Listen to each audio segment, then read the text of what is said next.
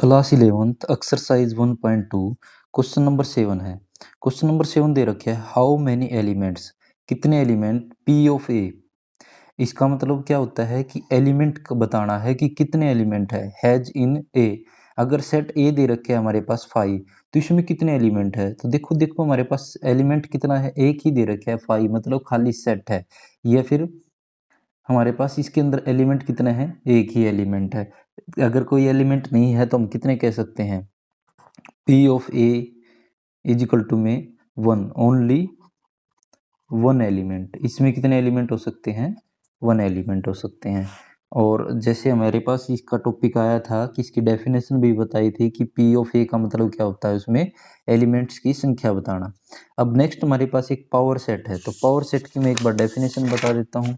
देखो, the collection of all, किस चीज़ का collection, the collection of all subset, किसका कलेक्शन करना हमें, ऑल सबसेट, सभी सबसेट का, ऑफ ए सेट, किसी सेट के अंदर, जैसे सेट ए है उसके अंदर जितने भी उसके सबसेट बनेंगे, द कलेक्शन ऑफ ऑल, सभी का कलेक्शन, ऑल सबसेट। जब अगर मान लो ए सेट है, उस सेट के अंदर जितने भी सबसेट हैं उन सभी का कलेक्शन इकट्ठा कर लेना, is A called power set, उसी को हम पावर सेट बोलते हैं। It is denote by P of A, इसको किससे डिनोट करेंगे, पी ऑफ ए से। तो देखो यहाँ पे अगर ए एलिमेंट, ए दे रखे है सेट ए कोमा बी, तो ये वाला जो पावर सेट बनेगा वो क्या बनेगा, वो हमारे पास क्या बनेगा, इसके जितने भी सबसेट हैं वो सारे। देखो जैसे हमारे पास इसके सबसेट की बात करूं मैं, तो अगर कोई एलिमेंट नहीं होता तो फाई, अगर यहाँ पे कोई एलिमेंट ना हो फाई, ये वाला भी क्या है, सबसेट है किसका, ए का। उसके बाद अगर बात करूं मैं ए एलिमेंट, जो ए है अकेला, अगर उसकी बात करूं तो ये भी क्या है, सबसेट है किसका, ए का।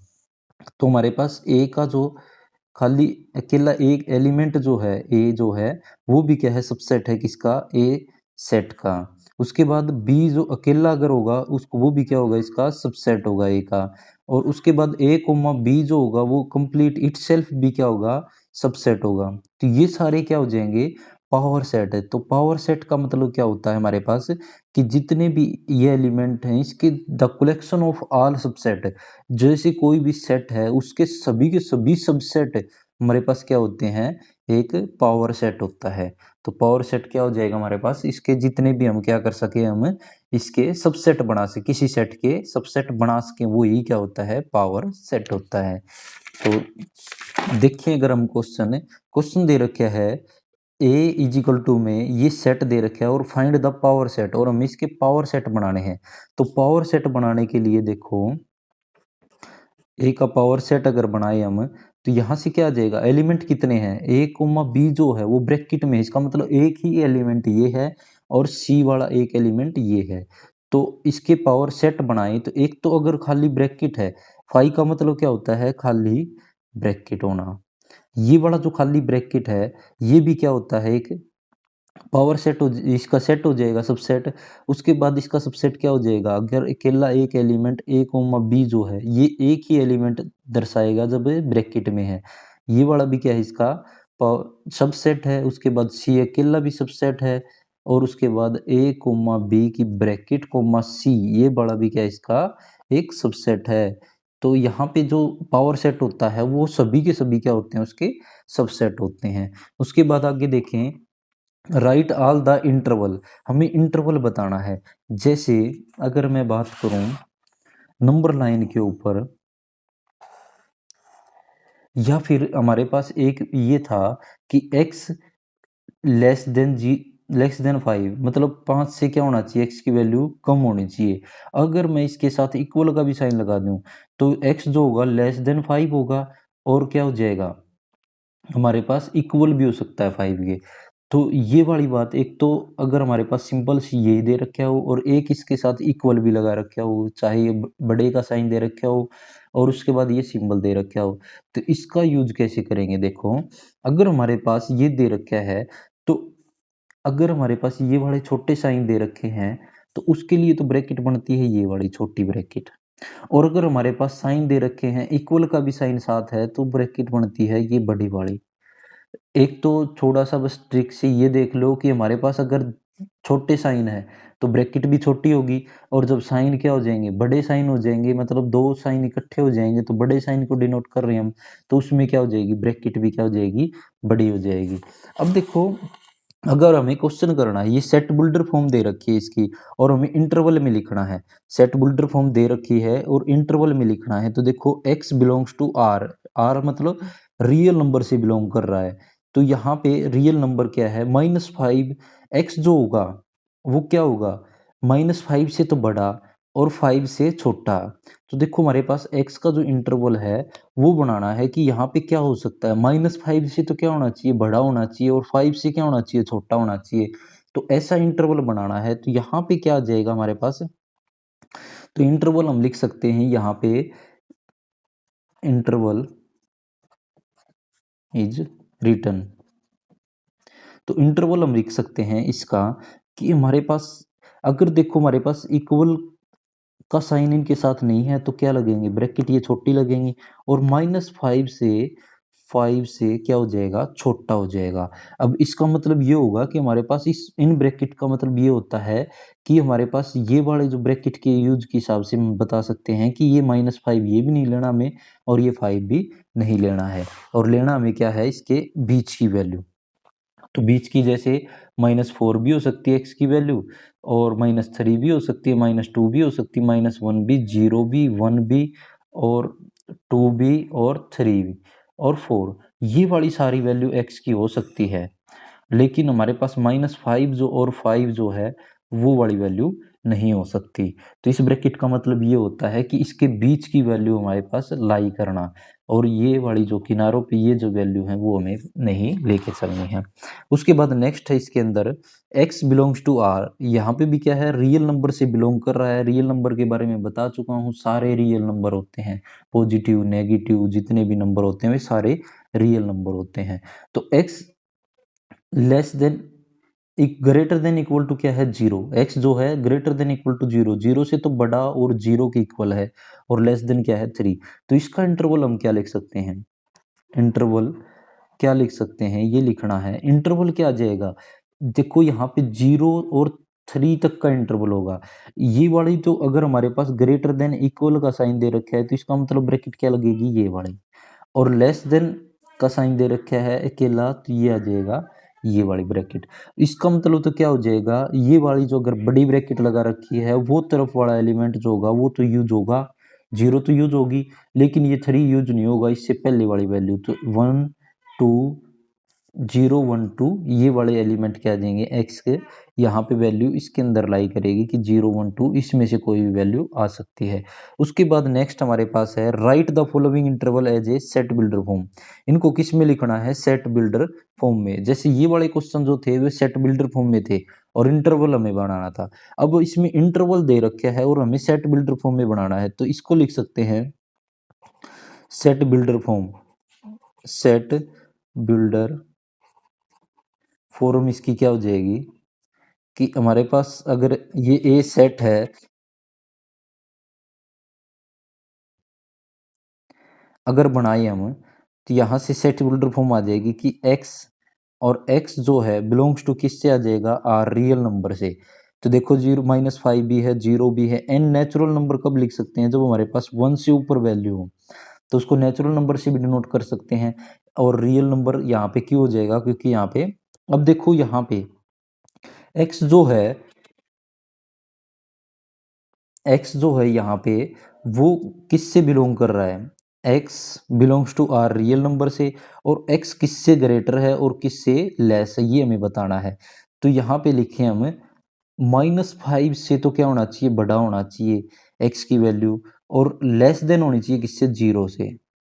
तो देखो -5 से तो x की वैल्यू क्या होनी चाहिए, बड़ी होनी चाहिए, और x से क्या होनी चाहिए, x 0 से क्या होनी चाहिए, छोटी होनी चाहिए। तो यहाँ पे ये क्या आ जाएगा, इसका इंटरवल सेट बिल्डर फॉर्म आ जाएगी। सेम इसी की भी क्या बनाने में, सेट बिल्डर फॉर्म बनाने हैं। अगर हमारे पास ब्रैकेट का ये देखना है कि ये वाली अगर यूज है तो इसके बीच की वैल्यू यूज करनी है हमें, और अगर ये वाली ब्रैकेट यूज हो रही है तो इसका मतलब वो वाले एलिमेंट भी हमें लेके चलना है। तो इसकी सेट बिल्डर फॉर्म क्या आ जाएगी, एक्स, और एक्स बिलोंग्स टू, यहाँ पे नेचुरल नंबर भी लिख सकते हैं और रियल नंबर से डिनोट करना चाहो और क्वेश्चन को तो रियल से। तो नेचुरल नंबर मतलब यहाँ पे 2 से बड़ी वैल्यू 2 से 8 तक नेचुरल नंबर में भी आती हैं ये, तो नेचुरल नंबर से भी डिनोट कर सकते हैं और आर रियल नंबर से भी इसको डिनोट कर सकते हैं। तो यहाँ से देखो x जो आ जाएगा, x की वैल्यू ग्रेटर देन तो किससे होनी चाहिए, 2 से, 2 से तो क्या होनी चाहिए, बड़ी होनी चाहिए, और 8 से क्या होनी चाहिए, लेस होनी चाहिए। और दूसरा देखो यहाँ पे ब्रैकेट का साइन कैसा है, ये बड़ी ब्रैकेट है, तो इसका मतलब इक्वल भी होगा कि 8 भी हो सकता है और 2 और 8 के बीच होना चाहिए और 8 भी हो सकता है। तो x की वैल्यू ले सकते हैं हम 2 से बड़ी, 3 4 5 6 7 और 8 तक हम इसकी वैल्यू ले सकते हैं। नेक्स्ट क्वेश्चन हम लेके चलते हैं, क्वेश्चन नंबर इसका लास्ट क्वेश्चन 11th क्वेश्चन। अगर 11th क्वेश्चन की बात करूं तो इसमें एक यूनिवर्सल सेट होता है। तो यूनिवर्सल सेट क्या है, यूनिसी नाम से ही पता चल रहा है, यूनिवर्स के अंदर पूरे ब्रह्मांड के अंदर होता है ऐसी चीज। तो यूनिवर्सल सेट क्या होता है, when all set, all the sets under consider are subset of a larger set, ये वाले जो जितने भी सेट हैं और सबसेट हैं वो किसी एक लार्जर सेट के अंदर क्या करेंगे, कंसीडर करेंगे, उसी के अंदर आएंगे, then this larger set is called to universal set. उसी लार्जर सेट को हम क्या कह सकते हैं, यूनिवर्सल सेट कह सकते हैं। और उसको डिनोट करते हैं यू से। तो जैसे हमारे पास कोई ए सेट है 1 2 3 ये है, और इसके बाद एक बी सेट ले लेते हैं 4 5 6, उसके बाद एक सी सेट ले लेते हैं जिसके अंदर एलिमेंट ले लेते हैं 1 5 7, ये सेट ले लिए। तो यूनिवर्सल सेट क्या होता है, यूनिवर्सल सेट ऐसा सेट होता है जिसके अंदर ये सारे एलिमेंट भी आ जाए प्लस हमारे पास क्या हो जाए, इसके सबसेट भी आ जाए। तो यूनिवर्सल सेट जो होगा वो हो जाएगा हमारे पास 1 2 3 4 5 6 7। तो ये वाला यूनिवर्सल सेट हो सकता है। यह यूनिवर्सल सेट की ये कंडीशन नहीं है कि जो ये वाले, देखो ये ए बी सी तीनों सेट के क्या हैं, एलिमेंट इसके अंदर प्रेजेंट होने चाहिए। यूनिवर्सल सेट ऐसा होता है कि तीनों के एलिमेंट इसमें प्रेजेंट होंगे, प्लस इसके अंदर एक्स्ट्रा भी हो सकता है, 8 भी हो सकता है, 0 भी हो सकता है। लेकिन यूनिवर्सल सेट को ये बोला जाता है कि ये जो जितने भी सेट है उनका क्या होता है, एक लार्जर सेट होता है, मतलब उन तीनों को मिला करके एक सेट बनता है, वो होता है हमारे पास एक यूनिवर्सल सेट। तो ये है यूनिवर्सल सेट हमारे पास, या फिर हम कह सकते हैं कि ये वाला जो है इनसे मिलकर भी बन सकता है और इनके अंदर कोई एक्स्ट्रा एलिमेंट यूनिवर्सल सेट में भी हो सकता है।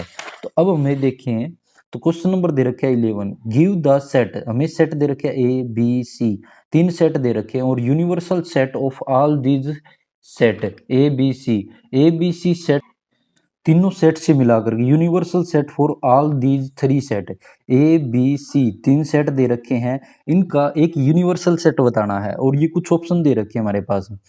तो ऑप्शन है इनमें से ये चूज करना है कि इनमें से कौन सा यूनिवर्सल सेट होगा।